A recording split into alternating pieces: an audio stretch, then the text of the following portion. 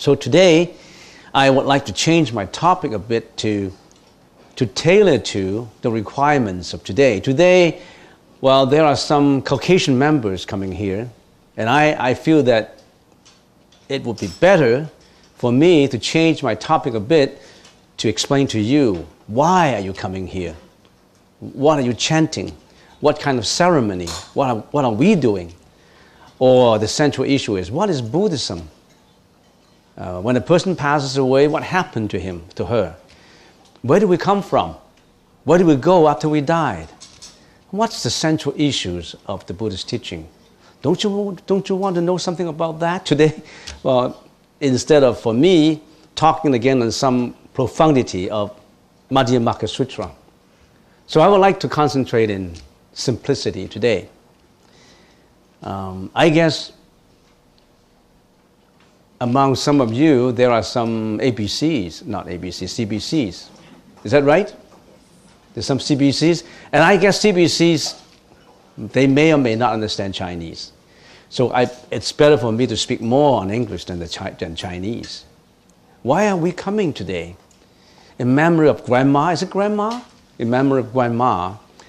And what happened? Someone dies in the family.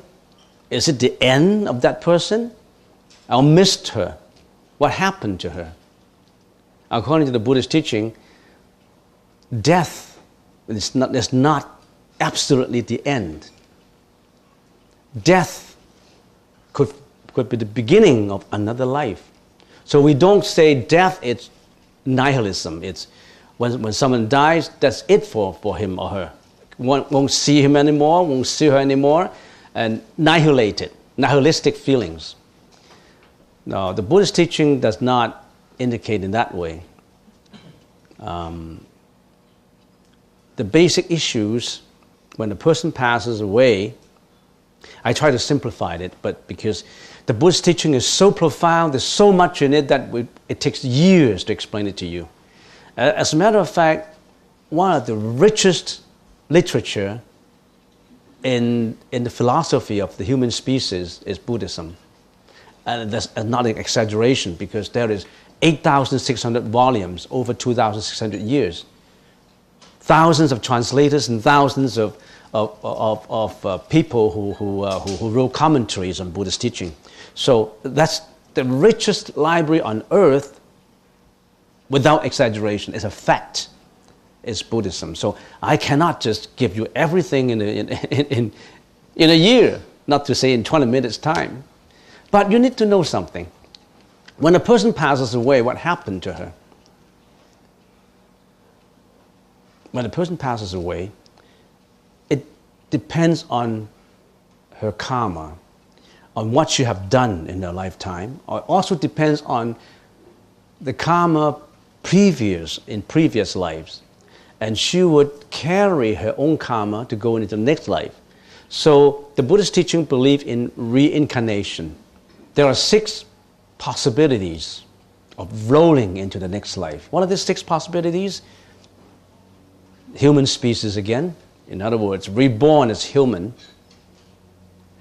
Another possibility is animal realm, reborn as an animal.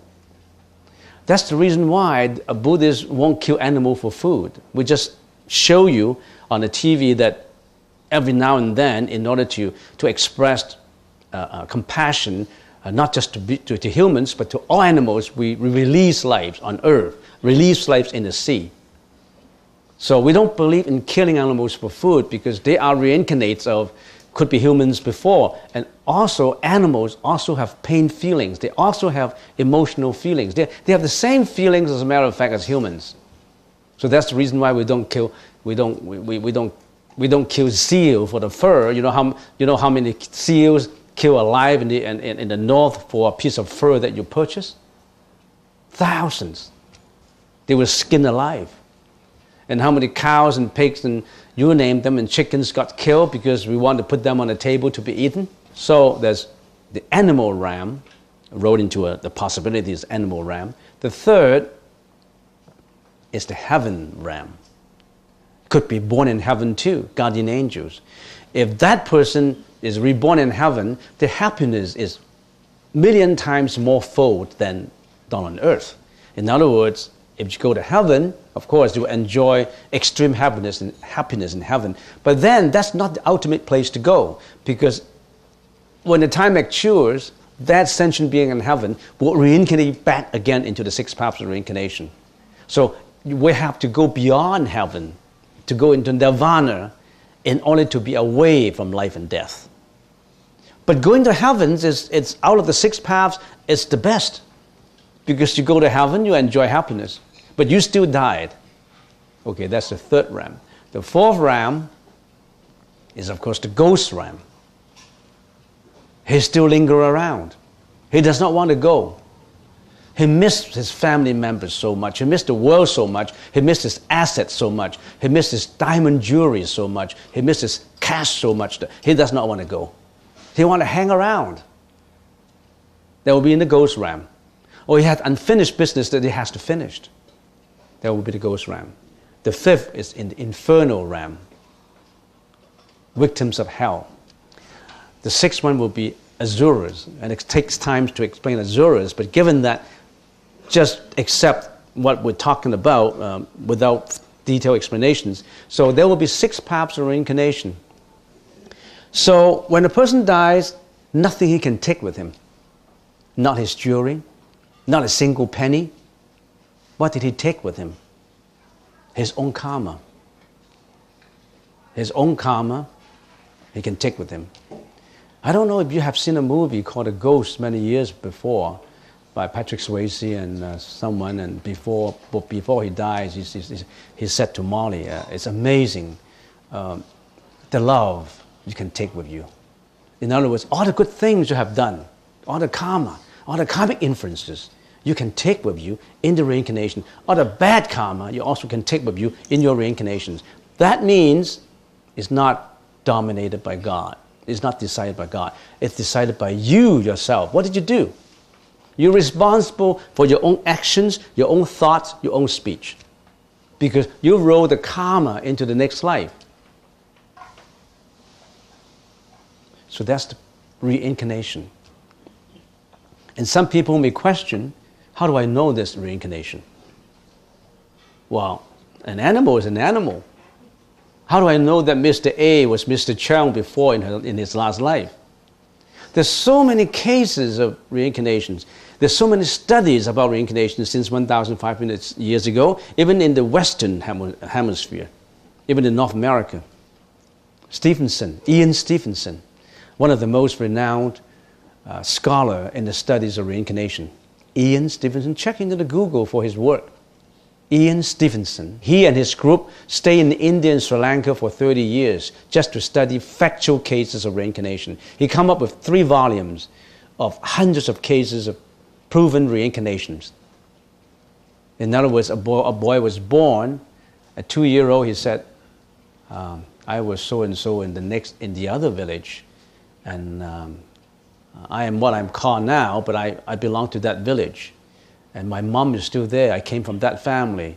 And then they trace back and find, oh, that's it. That man passed away and became a boy of this village. So many cases about that. You check into that. So many studies about reincarnation or factual life. And as a matter of fact, many other religions believe in reincarnation now. We don't just have one life. You think about it. Time is 3-dimensional. Time is of the present, the past, and the future. Not just the present. You think you only have the present and that's it? No past, no future? Even within this lifetime, time is 3-dimensional. We have last year, we have this year, we have the next year. But you extend the horizon to a wider perspective. Not only of this life, previous lives, many, many previous lives before. Why did you all guys come together? Why are we brothers and sisters and family members?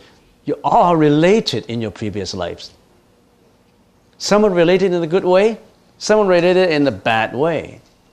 Some related in a good way, the husband and wife, they stay on until old age. Some they're not related in a good way, and he come to get her and she come to get him. They divorced, broken families, involved in crimes, jealousy, hatred, anger, violence, you name them. So many things happen in life. Today, you're coming here to pay respect to Grandma, and giving that Grandma in her whole lifetime was very good, very kind, very compassionate person. She will be reborn in a good place. Of course, we don't know. But there are ways to know. When a person passes away, all his sensory organs, all his senses shrink into another consciousness. There are 8 consciousnesses of a person. We have 8 consciousnesses. We have the eye consciousness, the ear consciousness, the nose consciousness, the tongue consciousness, the body consciousness, the mano consciousness, which is the brain, and the manas consciousness, which is the ego consciousness, and finally we also have the alaya consciousness, which is the storage consciousness. So when a person passes away, all these other 7 consciousness shrink into the final alaya consciousness, which is the store consciousness, and became the memory. And that consciousness is, of course, invisible. You can't see consciousness. Consciousness is energy. How can you? We can only see what is being expressed by consciousness. This is our body, our sensory organs, our eyes, our ears, our nose, the skin, the bone, we can see them. But inside of us, the energy, that consciousness, the hidden consciousness, we can't see them. So when a person passes away, all this other consciousness, the 7 consciousness, shrink into the alaya consciousness. And that alaya consciousness, when it's clinically pronounced death, will leave the body. And that consciousness leaves the body in 6 ways, through 6 outlets. It's either from the top of the head, or from the eye here, or from the chest, or from the stomach, from the knees, or from the sole, the bottom of the feet. How do we test it out?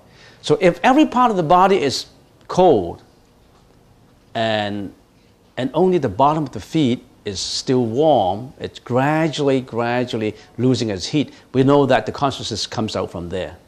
Because that's how it strings downwards. So when you touch the person, the whole body is cold, but then the feet, the bottom of the feet is still a little bit heat in there. Oh, that's dangerous. That person is going down in hell. If the consciousness, the heat leaves through the knees, that person goes to the animal realm. If the consciousness leaves through the stomach, that goes to the ghost realm. If the consciousness leaves through the heart in here, that is the human realm. If the consciousness leaves from this part of the body, it goes to the heaven realm.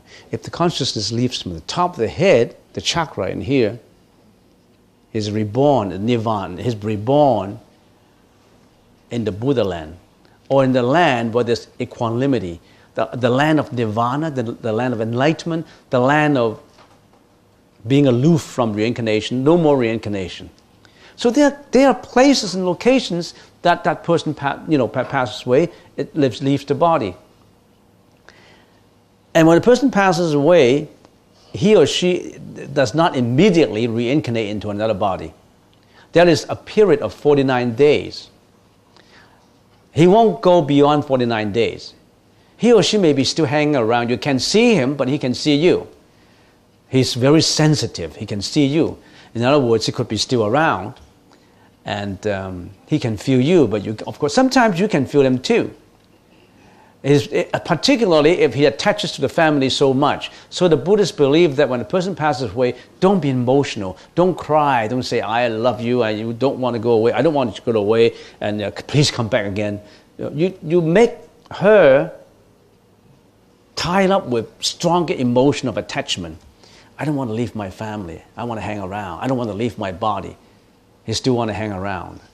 You want that body to go, to be reborn in good place. You don't want to say, Grandma, I love you so much, you got to stay. If she stayed in the ghost realm, and some ghosts stay for hundreds of years still around. Have you seen haunted houses before? They stay. They don't want to go away.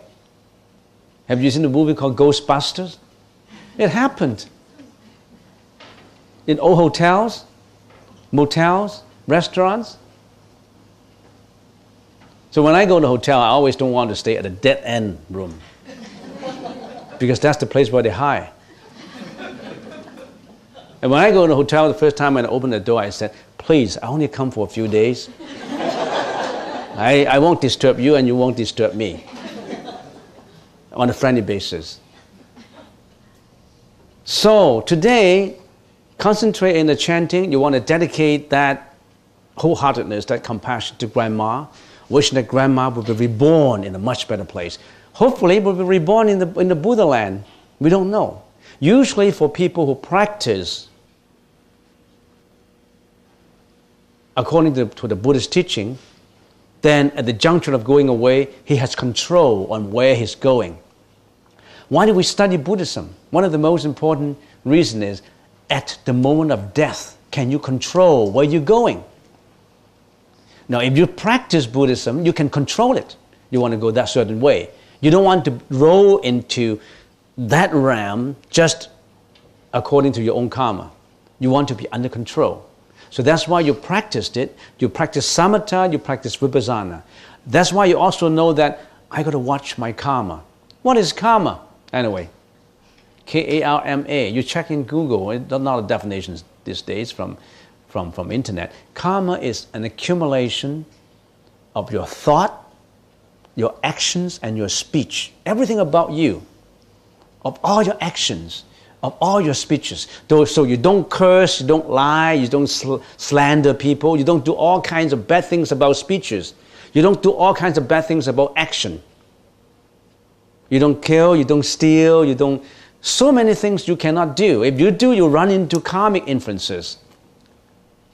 Even thought has karma. Even thought has energy. It produces, every thought is important. Not just the action. Action is the expression of the hidden thought. So when you study Buddhism, you clarify, you purify yourself from thought, not from speech. Speech is the second generation. The first generation is from a thought. So a Buddhist always watches his thought. His thought got to be moral, got to be righteous, got to be compassionate. His thought got to be right. It applies to positive thinkers of North American philosophy. People think that whatever I think, I can do. That's right, because the mind is the most powerful. You got to watch your own mind. Whatever the mind can conceive, the mind can do. It's very scientific and practical. Those who study the Buddhist teaching, they know that they can achieve anything you want as long as you put your mind into it. You can be the Buddha if you put your mind into it. You can be the Bodhisattva if you put your mind into it. You can be successful in your business if you put your mind into it. Have you put your mind into it? Today, we would like you to put your mind into doing a ceremony for Grandma. Give your whole heart out. A heartfelt compassion, wishing that Grandma would be reborn in a good place with the help of Bodhisattva, Siddhigarbha Bodhisattva. There was a Siddhigarbha Bodhisattva who vowed to help those who passed away. In other words, people who passed away, they may be still roaming around, they don't know what to do, they're so grief-stricken, they feel so sad, but Siddhigarbha Bodhisattva will console them, will give her the consolation and say, this is the time to go, and here are the family members, they are chanting for you, and let me lead you to the way, to a good place. So hopefully, Siddhigarbha Bodhisattva will lead Grandma to a place that is much better than what he's intended to go. Maybe she's already in a good place, but you want to elevate that. You want to elevate that to a higher level. That's the best.